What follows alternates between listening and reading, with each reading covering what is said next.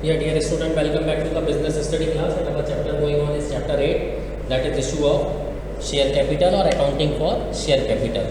Clear? So till now I have taught you about several things about the types of share capital, how to represent share capital in the books of accounts, in the company balance sheet or in the notes to the account.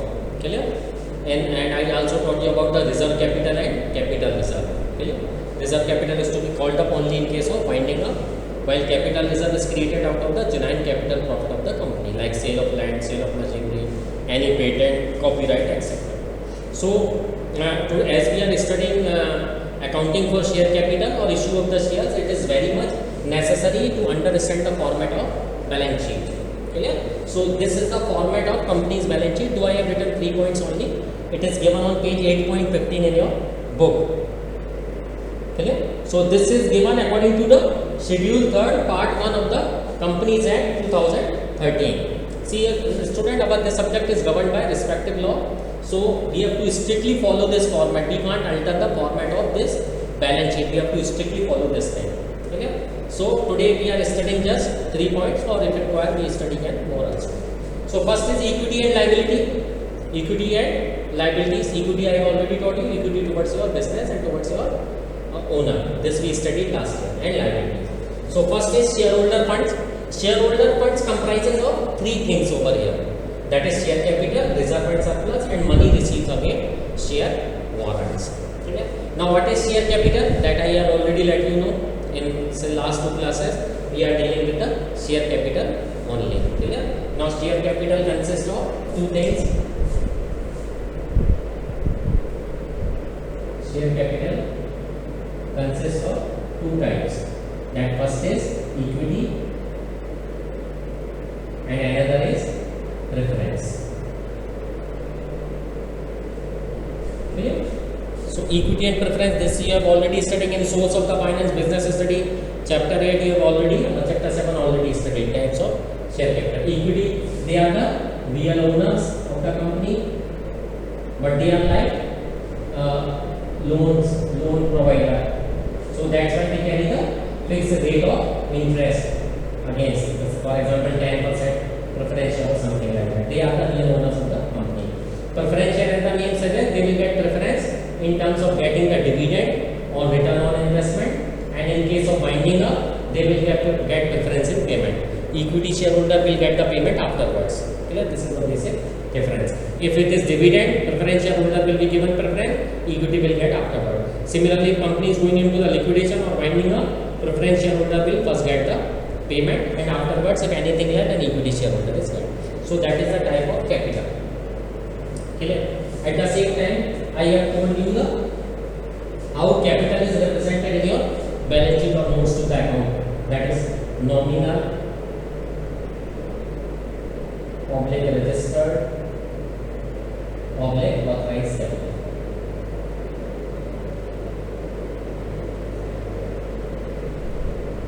Okay. This is the capital with which your company is registered, or you have represented this amount in memorandum of association. Next comes is nominal, registered or authorized capital. After that comes in issued capital. Out of the authorized capital, how much part of the share capital is issued? For example, your company is registered with 100 crore and you have issued a capital of 70 crore. Third comes is subscribed capital.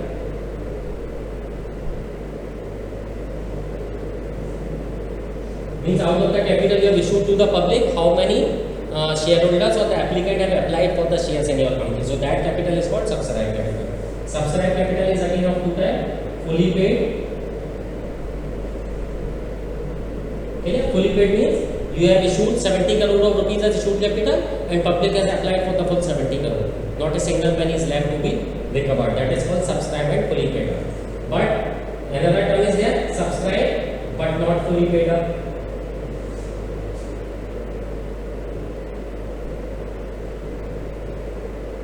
This means some part has not been recovered. You have issued 70 crore of rupees share capital, and what you have, how many applicants have applied for it, that is 69 crore and 90 lakhs. So 10 lakh is irrecovered. So that comes under subscribed but not fully paid up. So this is the classification of share. capital, which I have already told you. Okay? But here it has come, so I am explaining you according to the format of balance sheet.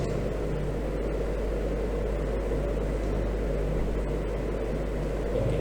Now second thing come is reserve and surplus. B part is our reserve and surplus. So this part will show your financial position, as all the favorable balance will come over here under the heads reserve and surplus. So reserves I have already taught you last year in the chapter 15, 14, 15, whatever it is.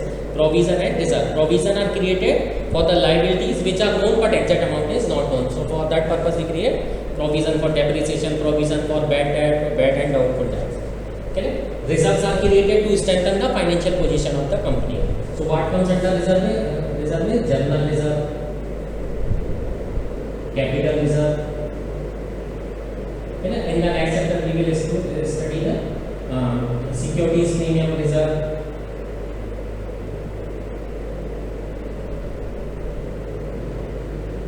That is debenture redemption reserve. So several type of reserves will come. What comes under surplus? Favorable balance of profit and loss account. Okay, will come under surplus, means what surplus profit you possess. Okay, so the second B deals with the reserve and surplus. There are different type of the reserve according to the requirement. General reserve, capital reserve, security premium reserve, debenture redemption reserve, whatever type of reserves are there. Surplus means favorable balance of the profit and loss account in the balance sheet. Now C is money received against share warrant.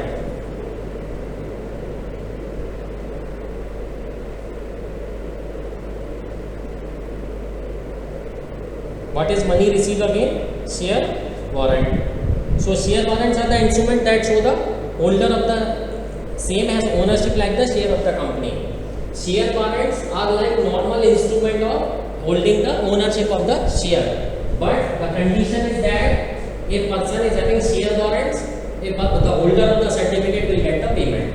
Okay? On the other hand, if you are having a share certificate, if you are having a share in demat form, the amount will go to you only. While if the company has issued share warrant, the holder of the warrant will get the amount. So share warrants are instruments that show the holder of the same as the ownership like the shares of the company. They are similar to the share certificate except that the money on sale of shares shall be payable to the holder of share warrant irrespective of the fact that whether he is the real holder or not. Whoever possessing the share warrant will get the money if he is going to sell it. But person holding the share certificate will only get the payment of share certificate. So this is the basic difference between money received against share warrant. Okay? Next term, share application money pending allotment. Okay? This means, if you remember, I told you about the stages of incorporation. First was the promotion, then incorporation, then capital subscription. Okay? So what does capital subscription means? You have issued shares to the public with the help of an advertisement or prospectus or something, but you didn't get your money. But allotment has not been proceeded. So this term is called capital subscription because whenever you have received the money after the issue of the share, you have to complete first you have to see whether minimum subscription has been received or not. If you have received the minimum subscription, then you have to go for the capital subscription. So after doing all the formalities, you have to find return of allotment with the ROC register of companies that you have complied all the provision of your allotment of the share. But because of any reason, if you are not able to start the allotment proceeding, so money received towards it will be, and that time you have to prepare the balance sheet. So allotment has come and allotment has not been done. Application money has come and allotment has not been done. You will show the amount under this. Share application money pending allotment. This means application money has been received by you, but because of any complexity, any contingency, you are not able to proceed with the allotment proceedings.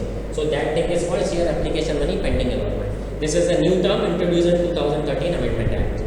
Okay? Now, so you have understood what shareholder funds consist of: share capital, reserve and surplus, and money received against share warrant. Second, share application money pending allotment. Third part is non-current liabilities. So what non-current liabilities consist of? That is long-term borrowings.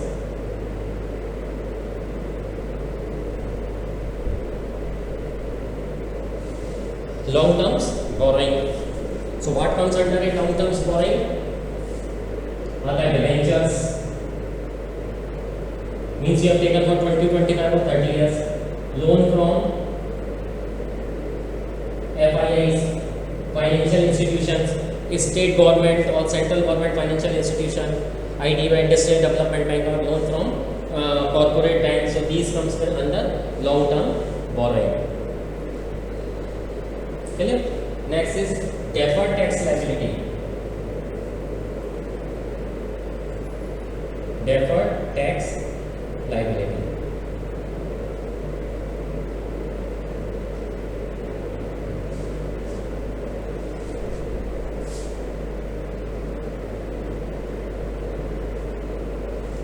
Deferred tax liability means when your business income is more than the taxable income, then you will have a tax liability towards it. Okay? Next, other long-term liabilities.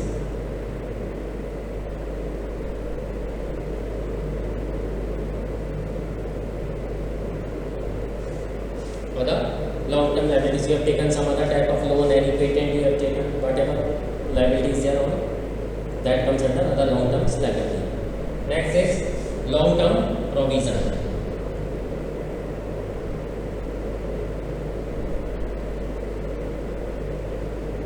Okay. Now, what are the long-term provision?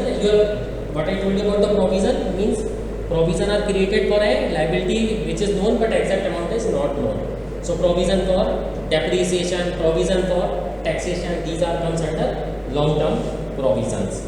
Okay. Now, in continuation of this, fourth point comes over here. Means this is continuation of the balance sheet. I am writing it over here. That is current liabilities.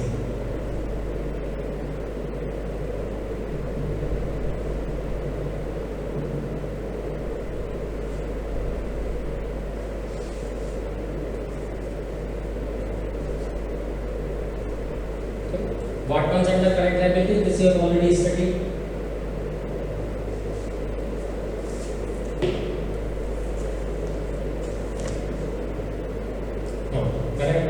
Short-term borrowings,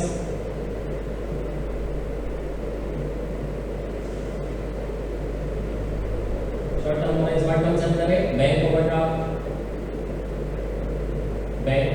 overdraft, borrowing, small borrowings from the banks or financial institution, any other liabilities which is required to be paid within a year, any short-term liabilities there. Next is trade payables. So amount payable on account of creditors plus bills payable is called trade payables. Whatever jointly you are supposed to pay on terms of creditors and bill payable is called trade payables. Okay. Other current liabilities.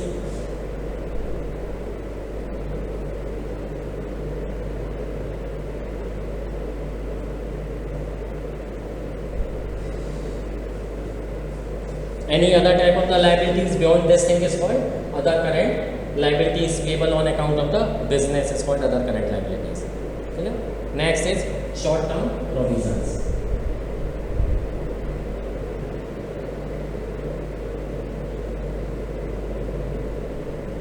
What comes under a short-term provision? It's provision for bad debt, like short-term provision will come. Provision for discount on debtors, discount on credit will come under short-term provisions.